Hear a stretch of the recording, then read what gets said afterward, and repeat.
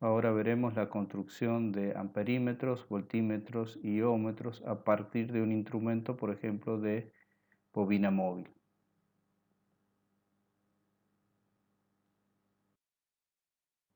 Amperímetros, voltímetros y ohmmetros. Conociendo el funcionamiento y las características generales de los instrumentos indicadores, se explicará cómo utilizarlos para construir amperímetros, voltímetros y ohmmetros. Esta explicación es tanto para aparatos de bobina móvil o de hierro móvil. Para desarrollar un amperímetro se deben conocer las características del instrumento usado. La sensibilidad del instrumento define cuál es la corriente que admite para máxima deflexión. Por otro lado, si el instrumento es normalizado, la tensión máxima de deflexión es 100 milivoltios. Por ejemplo, un instrumento cuya sensibilidad es de 1000 ohm por voltio podrá medir hasta 1 mA a fondo de escala aplicando 100 milivoltios. Esto indicaría que sin agregar un circuito extra, este instrumento no se podría usar como amperímetro. Para poder ampliar el rango del instrumento se agrega una resistencia en paralelo con el mismo. Veamos un ejemplo. Supongamos que queremos un amperímetro con un rango de 10 mA a partir de un instrumento de bobina móvil con sensibilidad 1000 ohm por voltios. La sensibilidad nos dará que la corriente máxima que circula por la bobina es de 1 mA. Cuando circule esta corriente de 1 mA, la caída de tensión que habrá sobre la bobina será de 0,1 voltio. Por otro lado, podemos calcular la resistencia interna de la bobina, que serán 100 ohm. Supongamos que queremos medir hasta 10 mA.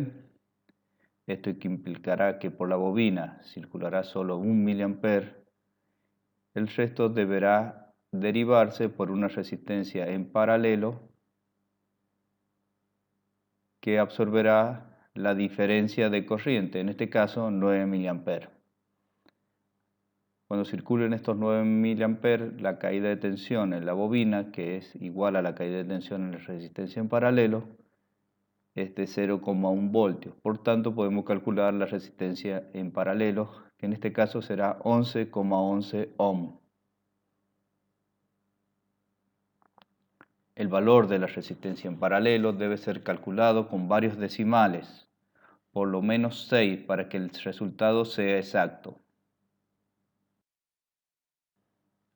Si la escala del instrumento original está dividida en 100 partes y el rango es de 1 mA, este tendrá una apreciación de 10 microamperes. Con la resistencia en paralelo, el nuevo rango será de 10 mA y la apreciación con las mismas divisiones será de 100 microamperes. De la misma forma se pueden determinar rangos mayores. Generalmente los rangos que se determinan son múltiplos de la escala, ya que de esta forma la relación de la resistencia en paralelo con la corriente es lineal. La resistencia interna total del amperímetro es el paralelo entre la resistencia de la bobina y la resistencia calculada. En este caso nos quedaría que la resistencia total del amperímetro es de 10 ohm. Otra forma de calcularlo es considerando que cuando circula la corriente máxima, en este caso 10 mA, la caída de tensión entre el paralelo de la bobina y la resistencia paralelo será de 100 milivoltios. De esta forma nos quedará que el cálculo de la resistencia total del amperímetro también es 10 ohm. En los aparatos normalizados, la resistencia interna disminuye con el rango del aparato. Un amperímetro será ideal cuando su resistencia interna sea 0. Ahora analizaremos el error de medición debido a la influencia del amperímetro. Al medir con un amperímetro, este tiene una resistencia que no es 0 y por lo tanto provoca una variación en los niveles de corriente en el circuito que se está midiendo. Supongamos un ejemplo que tenemos una fuente de alimentación de 10 volts conectada a una resistencia de 10 ohm. Por lo tanto, la corriente que circulará por este circuito será de 1 ampere. Si a ese circuito le colocamos un amperímetro para medir la corriente, que tiene una resistencia interna de 10 ohm, y calculamos la corriente que va a circular por el circuito, en este caso va a ser de 0,5 amperes. Podemos estimar el valor del error debido a la medición al usar este amperímetro como que es del 50%. El error de medición debido al instrumento depende tanto de la resistencia interna del instrumento como del circuito que se está midiendo. Si tomamos el mismo ejemplo anterior, pero ahora en vez de tener una resistencia de 10 ohm tenemos unas de 100 ohm, la corriente que circulará por el circuito será de 0,1 ampere.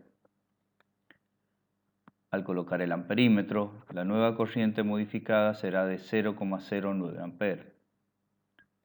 Si calculamos el error de medición debido a la influencia del amperímetro, ahora nos da un error de medición de 9,09%. Por lo tanto, podemos concluir que este error de medición depende tanto del aparato de medición como del circuito que se mide. Ahora analizaremos la construcción de voltímetros.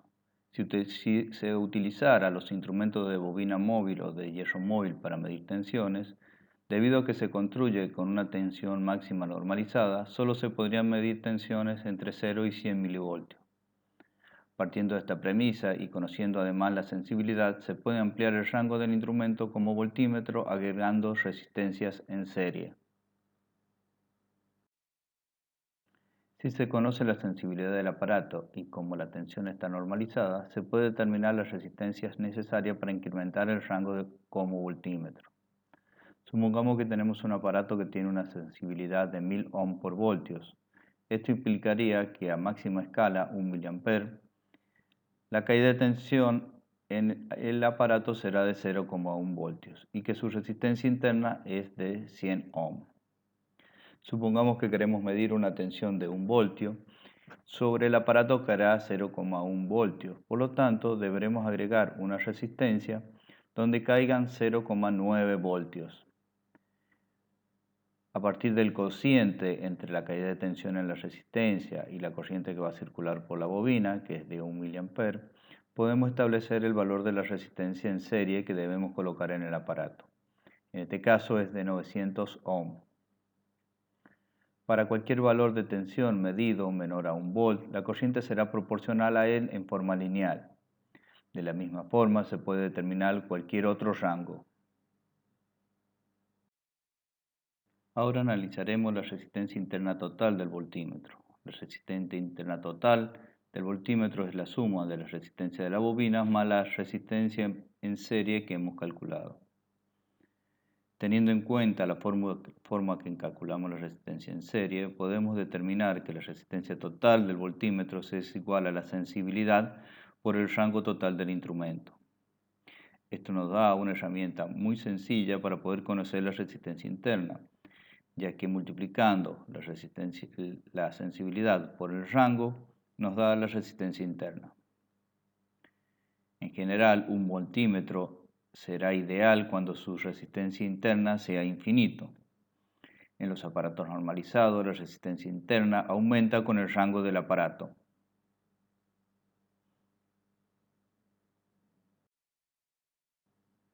Ahora vamos a analizar el error de medición debido a la influencia del voltímetro.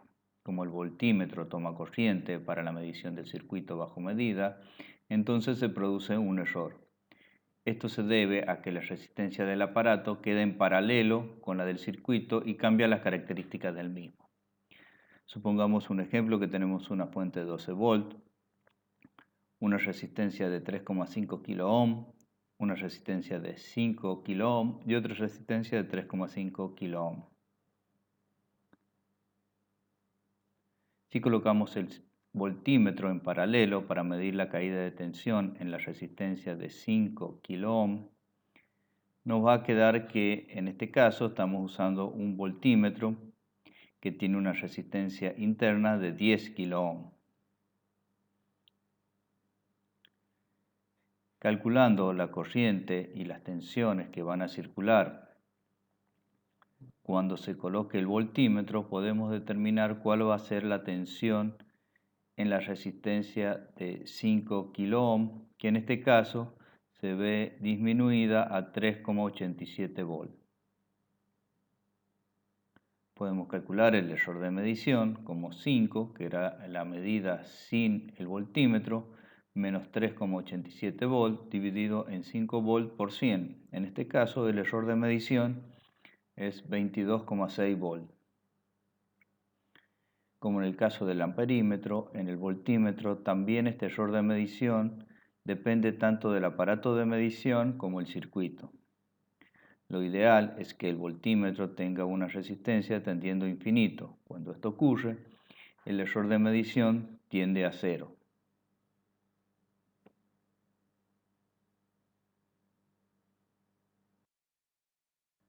En los instrumentos que tienen múltiples rangos, la escala debe ser leída en forma adecuada.